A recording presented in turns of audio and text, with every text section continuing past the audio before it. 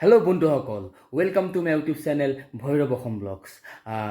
শ্ৰীমন্ত শংকৰদেৱ গুৰুজনাৰ আজি পবিত্ৰ আৱিৰ্ভাৱ মহোৎসৱ, 575তম আৱিৰ্ভাৱ মহোৎসৱ।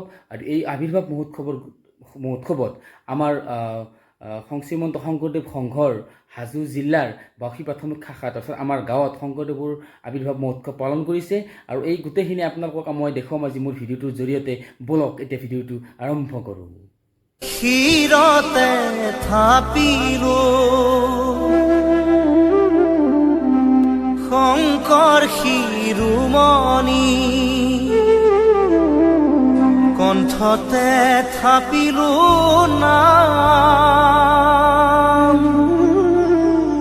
হৃদয়ত থাপিলো দুয়োজনা গুৰু, যেতিয়াই বিচাৰো পাম ও ৰাম ৰাম, গুৰু আমাৰ প্ৰাণৰে প্ৰাণ।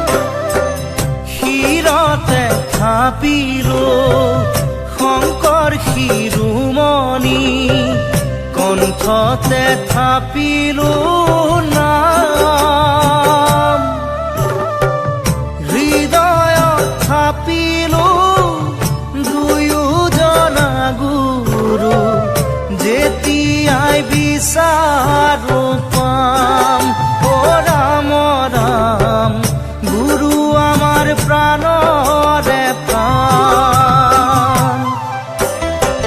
ক্ষীৰতে থাপিলো শংকৰ শিৰোমণি, কণ্ঠতে থাপিলো নাম, হৃদয়ত থাপিলো দুয়োজনা গুৰু, যেতিয়াই বিচাৰো পাম ও ৰাম ৰাম, গুৰু আমাৰ প্ৰাণৰে প্ৰাণ। ভাওনাতে শংকৰ, কীৰ্তনতে শংকৰ, শংকৰ দশমৰ পাত, হাজাৰী ঘোষাৰে মাধৱৰাৰ পোক, পাবা বৰগীতৰ সুৰত ও ৰাম ৰাম, পাবা খুলতানৰ মাজত। কৃষ্ণ ক্ষীৰতে থাপিলো শংকৰ শিৰোমণি, কণ্ঠতে থাপিলো নাম, হৃদয়ত থাপিলো দুয়োজনা গুৰু, যেতিয়াই বিচাৰো পাম ও ৰাম ৰাম, গুৰু আমাৰ প্ৰাণৰে প্ৰাণ।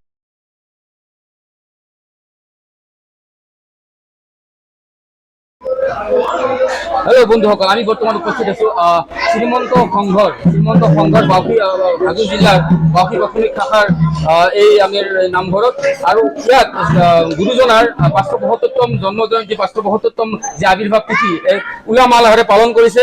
আৰু এইখিনিতে আমাৰ মাজত উপস্থিত আছে বাউসী প্ৰাথমিক শাখাৰ লগতে শ্ৰীমন্ত শংকৰদেৱ সংঘৰ কেইজনমান বিশিষ্ট ব্যক্তি। তাৰ লগতে আমাৰ মাজত উপস্থিত আছে অন্য এজন মণিকাঞ্চন সংযোগৰ লগত জড়িত আমাৰ লগত উপস্থিত থকা মহন্ত বাপ। আৰু মহন্ত বাপৰ পৰা আমি কেইষাৰমান এই গুৰুজনাৰ বিষয়ে জানিব বিচাৰিছোঁ আৰু এই আবিৰ্ভাৱ তিথিৰ বিষয়ে অলপমান আমি গুৰুজনাৰ বিষয়ে জানিব বিচাৰিছোঁ। কি কয়? আজি মহাপুৰুষ শ্ৰীমন্ত শংকৰদেৱৰ 575 বছৰীয়া শুভ আবিৰ্ভাৱ মহোৎসৱ। অৰ্থাৎ আজিৰ পৰা 575 বছৰ পূৰ্বে এই অসম মুলুকত মহাপুৰুষ শ্ৰীমন্ত শংকৰদেৱে আবিৰ্ভাৱ গ্ৰহণ কৰিছিল। মহাপুৰুষ শংকৰদেৱৰ আবিৰ্ভাৱৰ প্ৰধান উদ্দেশ্যই আছিল যে এই সম্পৰ্কত গুৰু চৰিত্ৰৰে সুন্দৰকৈ বনাইছে মহাপুৰুষ শংকৰদেৱৰ আবিৰ্ভাৱৰ যিটো উপযুক্ত যিটো কাৰণ। ই দেশত পূৰ্বকালে নাছিল ভগতি, নানা হিংসা কৰ্ম কৰি যায় অধোগতি। হাজো শাখাৰ এই বাউসী উৰ্গাৰ প্ৰাথমিক শাখাই দুদিনীয়া কাৰ্যসূচী আমি কাৰ্যসূচী পৰিচালনা কৰি আছো। যোৱাকালিৰ পৰা আমাৰ কাৰ্যসূচী আৰম্ভ হৈছে। যোৱাকালি আমাৰ সন্ধিয়া বন্তি প্ৰজ্বলন আছিল আৰু তাৰপিছতে আমাৰ কাৰ্যসূচী হৈছিল আমাৰ আইসকলৰ মহিলাসকলৰ আমাৰ নাম কীৰ্তন দিহানাম আছিল। আজি ৰাতিপুৱাৰ পৰা কাৰ্যসূচী আমাৰ আৰম্ভ হৈছে। ফলপুৱাতে আমি পাঠ প্ৰসংগ কৰিছোঁ। তাৰ অন্তৰ লগে লগে আমি ধৰ্মধ্বজা শ্ৰীমন্ত শংকৰদেৱ সংঘৰ যি ধৰ্মধ্বজা, এই ধৰ্মধ্বজা আমি উত্তোলন কৰা হৈছে। তাৰ লগে লগে আমাৰ ভাগৱত শোভাযাত্ৰা আমি আৰম্ভ কৰিছোঁ। ভাগৱত শোভাযাত্ৰাৰ উদ্বোধন কৰিছিল আমাৰ হাজো জিলা শাখাৰ উপসভাপতি আমাৰ পৰম শ্ৰদ্ধাৰ পৰমেশ্বৰ পাটোৱাৰী বাপে।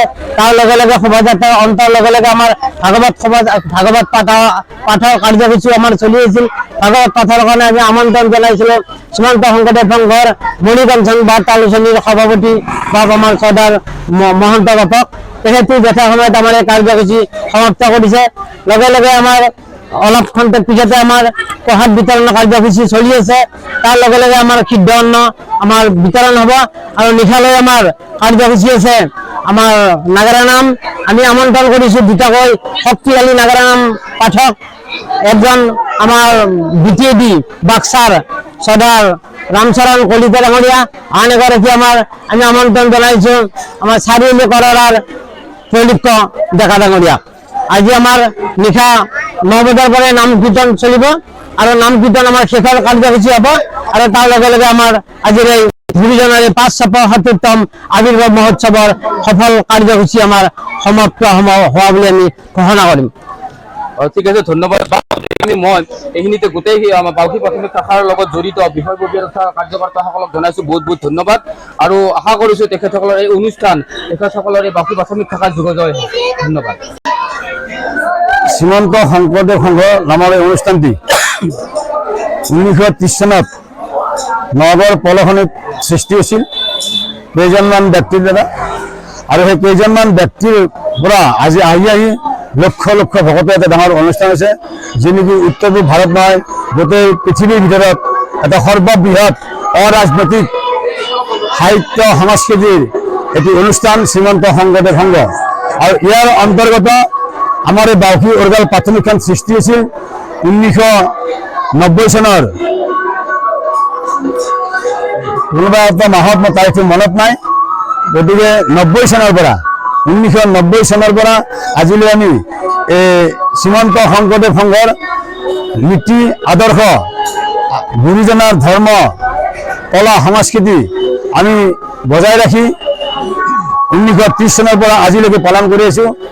আমাৰ বিশেষকৈ এই যিটো মহাপুৰুষ জগতগুৰু শ্ৰীমন্ত শংকৰদেৱৰ আবিৰ্ভাৱ মহোৎসৱ, লগতে আমি মাধৱদেৱৰ জন্মোৎসৱবাদী আৰু আমি শ্ৰীকৃষ্ণৰ জন্মোৎসৱবাদী 1990 চনৰ পৰা আমি পালন কৰি আহিছোঁ আৰু এইটো আমি কৰি গুৰুজনাই তেখেতে কোৱা নিচিনাই যে জগত গুৰুজনাই হিন্দু মুছলিম শিখ বৌদ্ধ চবকে এক কৰি যে সমন্বয়ৰ সেতু কৰিছিল, এই সমন্বয়ৰ সেতু আৰু অসমৰ জাতীয় সংস্কৃতি, অসমৰ সংস্কৃতি, অসমৰ ঐতিহ্য যি তেখেতে যি একত্ৰিত কৰিছিল বা সকলো। যদি মোৰ আপোনালোকে ভিডিঅ'টো চাই ভাল পাইছে তেতিয়া লাইক, শ্বেয়াৰ আৰু কমেণ্ট কৰিবলৈ নাপাহৰিব আৰু আহিবলগীয়া মোৰ ভিডিঅ'সমূহ চাই থাকিবলৈ ভৈৰৱ অসম ব্লগ ছাবস্ক্ৰাইব কৰক। জয় ভাৰত, জয় হিন্দ, জয় আই অসম।